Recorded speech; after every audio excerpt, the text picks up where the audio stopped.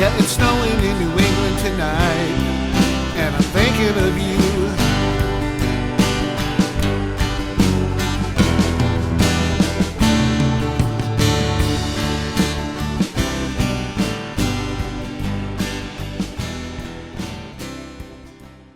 Hey guys, thanks so much for being here. Really appreciate it. Hope you've been having a good holiday season, blasting out those tunes in triumphant holiday fashion. And now we're on that quick downhill slide to New Year's Eve, but it really doesn't feel like it with this weather, but that's another topic for another video, right? Today we're going to talk about the different signal paths that are available on the Tone Master Pro. Now I know that may sound like an odd topic, different signal paths. I mean, how many can there possibly be? Well, if your answer is 1, you're off by 11. What?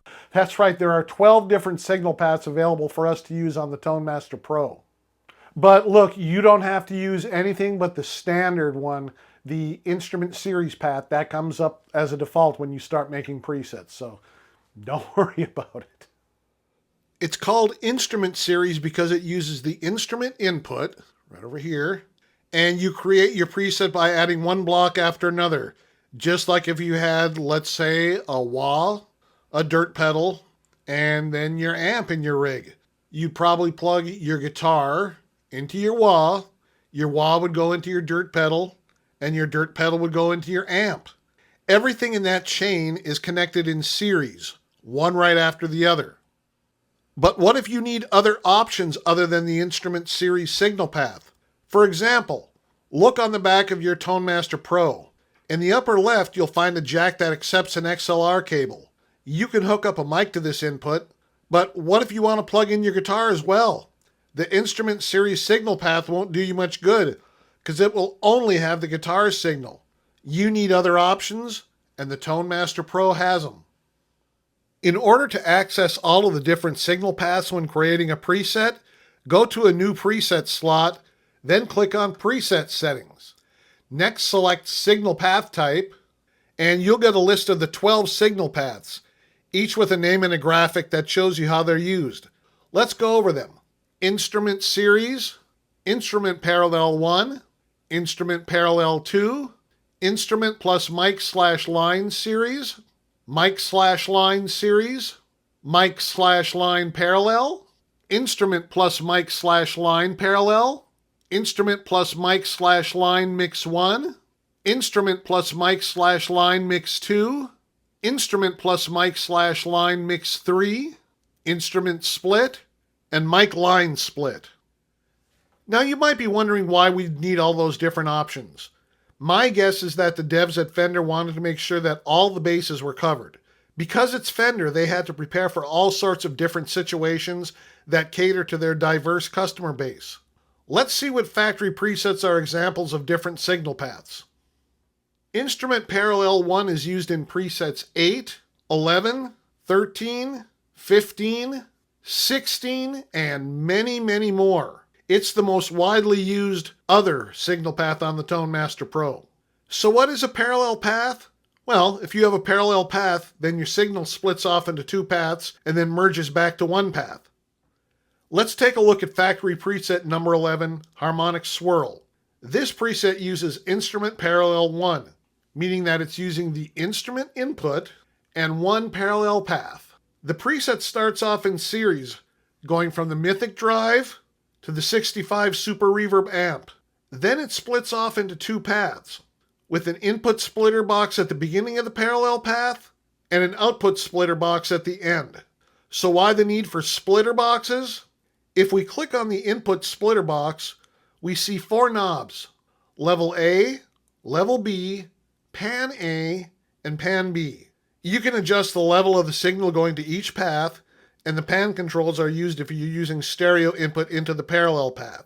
For the most part, I would imagine that we're going to be sending a mono signal, and you'd want the signal to be equally strong in both paths. So we can probably leave the settings in the first splitter box at default values: pan straight up and levels cranked full tilt. On the top path, we have the harmonic tremolo feeding into the deluxe memory delay. On the bottom path, we have the large hall reverb. So why not just have them connected in series? Well, the short answer is clarity and separation. If they were in series, the tremolo would feed into the delay, which would feed into the reverb. The end result would be in mono, and the tremolo and delay might get lost in the wash of the reverb. But if we use the parallel path, it's like there is one signal being affected by the tremolo and delay, and another signal being affected by the reverb. The tremolo and delay aren't affected by the reverb, so they retain their clarity. The output splitter pans the top path to the left and the bottom path to the right. So you get a big, wide stereo signal with tremolo and delay on the left side and reverb on the right. If you're only using mono out, you won't get the stereo effect, but you should still be able to hear the clarity of the effects. It might take a little getting used to, though. The easiest way to find out if you like using parallel paths is to make two presets, one using a series path and one using a parallel path. I did just that, making a copy of preset 11 and converting it to use the instrument series signal path. That's the only change, and of course it was super simple to make. Now I'll play a little riff using both presets, and you'll really hear the difference if you're using a stereo listening environment. But again, you should still be able to hear the difference in clarity if listening in mono. Okay guys, this is what the preset harmonic swirl sounds like in series instead of using parallel 1.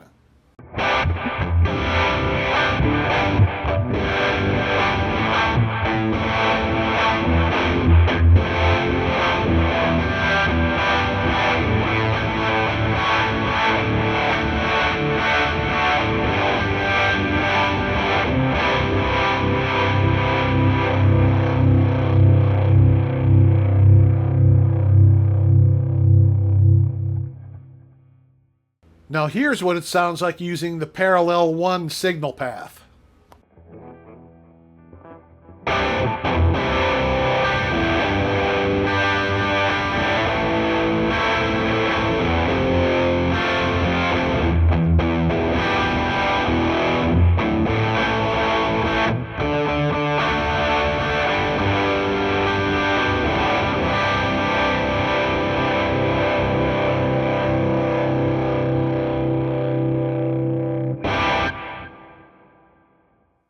The instrument parallel 2 signal path is used in presets 9, 60, 112, and 122. The only difference between it and instrument parallel 1 is that the path contains two split paths. Now we are really getting out of basic pedalboard territory. Let's take a look at preset 60, Cloud 9. The compressor pedal feeds into split 1. The input splitter is using the default settings. The top path has the Mega Marksman Channel 1, and the bottom path has the Fender 65 Super Reverb. The output splitter has the amps panned hard left and right, so again, we'll get clarity from the output. I mean, you wouldn't want that Marksman feeding into the Super Reverb, right? I know that I wouldn't. The second input splitter is also set to default values, meaning that it has blended or mixed the 2 amp signals together. The top path uses the harmonic tremolo feeding into the tape echo, and the bottom path has the phaser feeding into the digital delay. Now, you can just imagine the mess if those were connected in series, right? Instead, the 2 paths are panned hard left and hard right for clarity. Finally, it all feeds into the small hall reverb. Let's listen to some of this preset.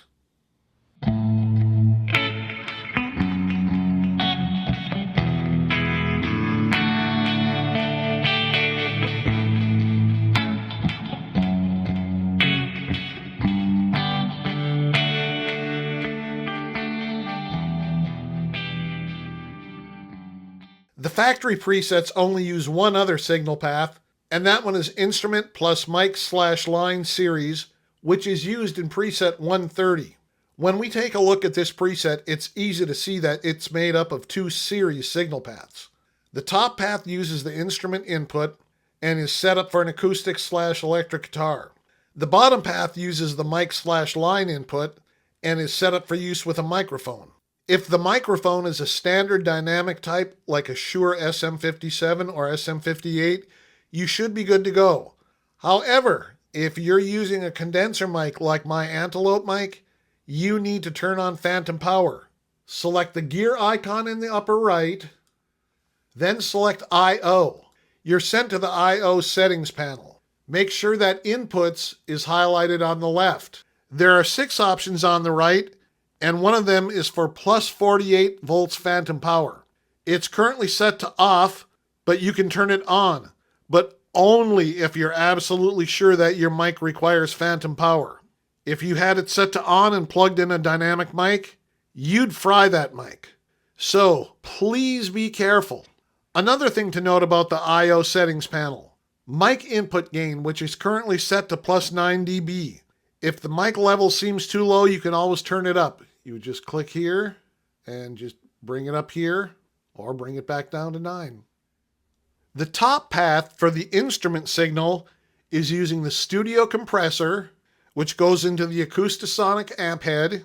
Then it goes into the digital delay, the stereo chorus, and finally the large plate reverb.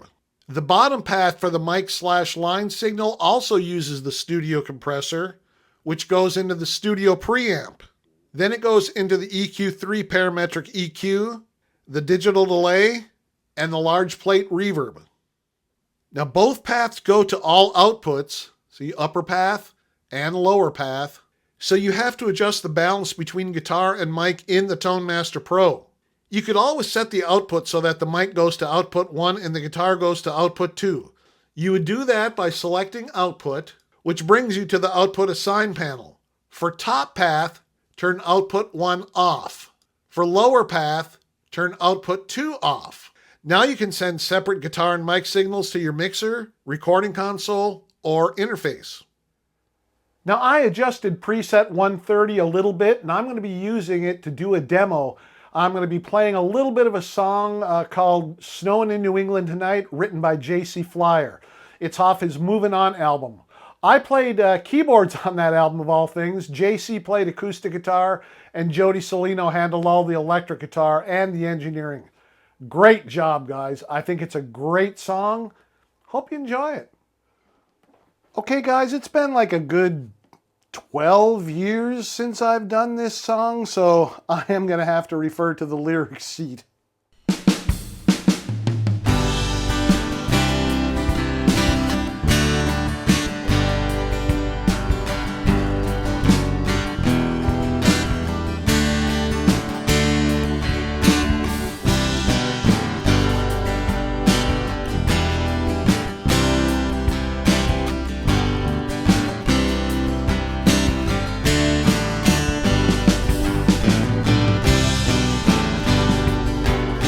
It's snowing in New England tonight, and I'm thinking of you. The weatherman spoke of a blizzard. I hope you're getting through. Sometimes when that cold wind blows, I get that feeling too. But it's snowing in New England tonight, and I'm thinking of you.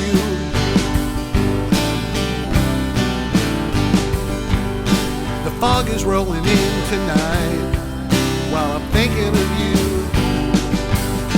Those old fog horns are a-blowing, beacon lights are trying to shine through. When I look back, now I know there were things I didn't do. But the fog is rolling in tonight while I'm thinking of you.